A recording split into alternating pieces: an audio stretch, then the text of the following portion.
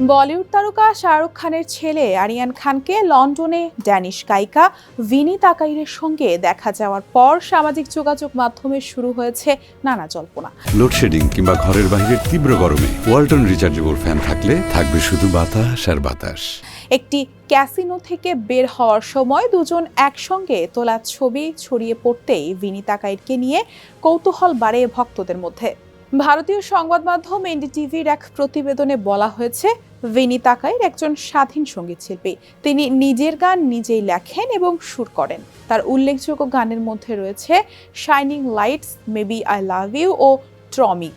Vini সামাজিক যোগাযোগ মাধ্যমের তথ্য অনুযায়ী ডেনমার্কের কোপেনহেগেন ও ভারতের মুম্বাই দুটি শহরই তার নিয়মিত কর্মস্থল। তিনি একাধিকবার ভারতে এসেছেন এবং মুম্বাইয়ের বিভিন্ন আয়োজনে সরাসরি সঙ্গীত পরিবেশন করেছেন।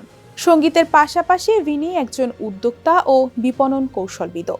তার লিঙ্কডইন প্রোফাইল অনুযায়ী তিনি ট্যালেন্ট ম্যানেজমেন্ট ও ইভেন্ট প্রোডাকশন সংশ্লিষ্ট প্রতিষ্ঠানের সহ-প্রতিষ্ঠাতা ও পরিচালক হিসেবে কাজ করছেন। আরিয়ান ও ভিনির একসঙ্গে দেখা যাওয়ার পর তাদের সম্পর্ক নিয়ে সামাজিক যোগাযোগ মাধ্যমে গুঞ্জন শুরু হয়েছে।